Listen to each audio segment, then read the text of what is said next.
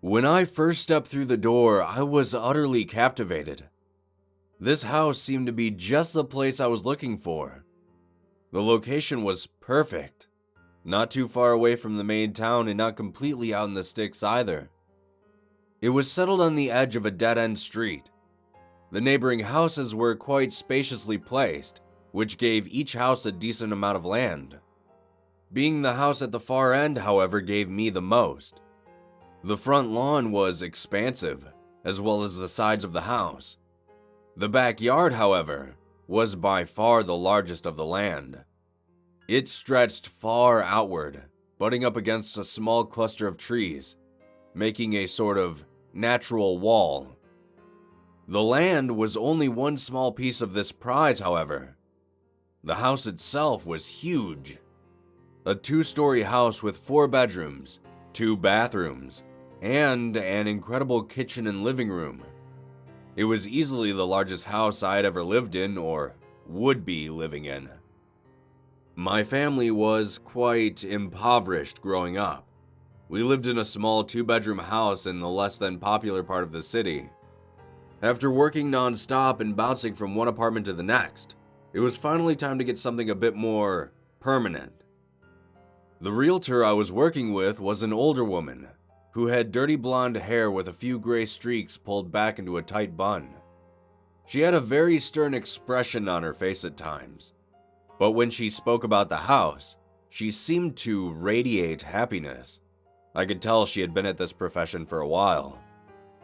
When I asked her about the history of the house, her face twisted into a grim expression for a moment before softening. She told me that a few minor incidents had occurred to the previous residents, but quickly deflected that statement, saying that it was nothing to worry about. Hearing this, however, still piqued my interest. I wanted to know more about it, but each time I tried to press her on the matter, she'd just smile and change the subject. Eventually, I started to pull back my desires for the house, and I think she could sense this. Not wanting to lose out on a sale, with a heavy sigh, she told me that the previous family had been hearing strange noises outside the house at night.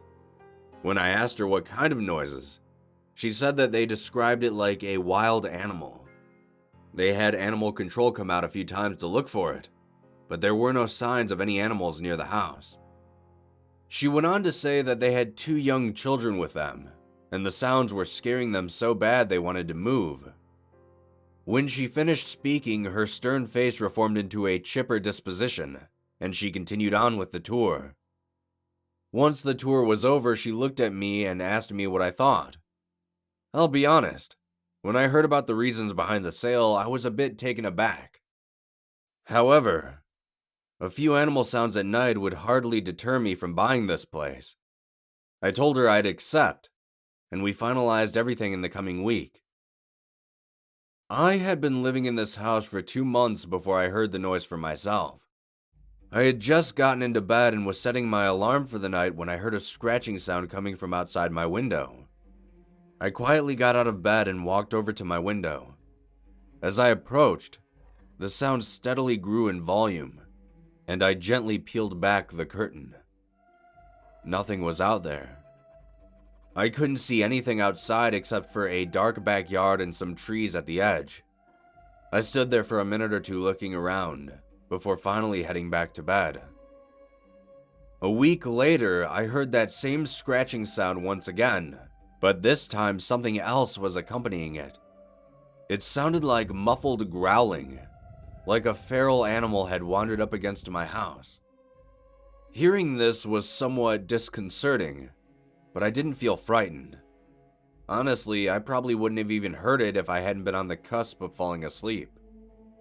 I thought perhaps a wild dog had come up to the house looking for food. I sluggishly got out of bed and once again walked over to my window. As I peeled the curtain back, I saw something. A shadow moving in the distance. What was odd was that the thing I saw was walking on 2 legs. A bear? I thought. No, it was too small and moving too quickly to be a bear. Before I could make out what it was, it had melded with the darkness and had disappeared. I stood there wide-eyed for nearly 10 minutes before dropping the curtain. I was beginning to think that there might have been more to this than just some wild animal. The next morning, I stood out on my back porch and just stared at the trees near my backyard. I wondered what that thing could have been. After an hour of mindlessly staring, I went back inside. For about a month, the sound seemed to have stopped. I thought that perhaps whatever it was had gotten bored with this house and left for greener pastures. Then, at the beginning of this month, the sounds had come back. It was roughly 1 o'clock in the morning and I was already deep asleep when I was suddenly stirred awake. As my eyes cracked open, I recognized the sound. It was the sound of tapping on glass. The rhythmic thumps on the pane reverberated throughout my silent room. I didn't want to go investigate. My body was too overcome with anxiety. Eventually, the tapping subsided and I gathered my composure to go over to the window. As I peeked out of the edge, I caught a glimpse of that same figure in the distance. Only this time it wasn't moving. It was standing completely still, like a statue in the dark. The only reason I could see it in the first place was due to the faint bit of starlight breaking up its silhouette. It then seemed to shrink in the distance, as if it were getting smaller before fading entirely from view. By this point, I was officially unnerved. Whatever this thing was, it wasn't just a mindless beast. I took care to make sure all my windows and doors were locked before heading back to sleep. Over the following days, the sounds would come and go intermittently. Most of the time, I'd just bury my head in the pillow to drown out the noise, because whenever I'd get up to go look, I'd either not see anything, or just catch a glimpse of that fading silhouette. Last week, I heard the sounds as usual. The scratching, growling, and tapping on the window. I had gotten up to investigate, and when I peeled back the window this time, I had a flashlight with me. I sent the beam of light out into the darkness, hoping it would allow me to see whatever it was. The light only caught a faint bit of movement near the ground at the edge of my backyard. After not seeing anything further, I shut the light off and went back to bed. The next morning, after I had gotten dressed, I stepped out onto my backyard. I kept a close eye on the tree line as I made my way over to where I had seen the movement last. As I walked over a particular spot, the ground below my feet seemed to give slightly. Walking in this area seemed unnatural. Upon taking a few more steps on the grass, my foot seemed to catch the edge of something. I inspected the ground much more closely and found something buried in the grass. It was a metal ring. Confused, I pulled it towards me and found that it was connected to the grass. I pulled it a bit harder and then the entire ground before me seemed to open up. I couldn't believe what I was seeing. There was now a large hole in the ground at the edge of my backyard. As soon as my eyes could understand what I was looking at, the smell hit me next. It was horrid. A rancid mix of rot and excrement filled my nostrils. I took a few steps backwards, gasping for air. I wasn't sure what was causing the smell, nor did I want to find out for myself. So I went inside and called the police. It took them nearly 30 minutes to arrive at my house. All the while I stood on my back porch watching that hole. When the officers arrived, I explained to them my situation and what I thought I had found. The two officers gave each other looks of assurance before walking over to the entrance of that hole. I kept a healthy distance as I watched them cover their mouths before hopping down inside.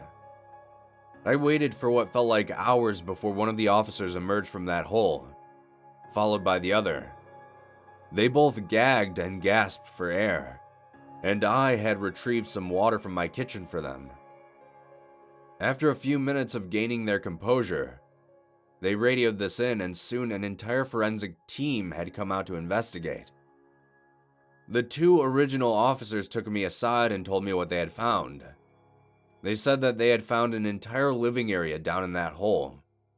Someone had apparently dug out a little hovel and had been living down there for quite some time.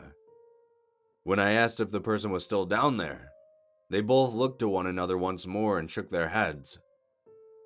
They said that whoever it was had been living off of wild animals, and then gestured to the trees behind the hole. That smell emanating from the hole was the scent of rotting animal carcasses.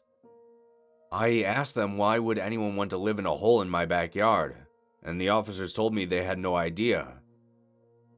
A few moments later, one of the forensic team had come out of the hole and handed me something in a plastic bag.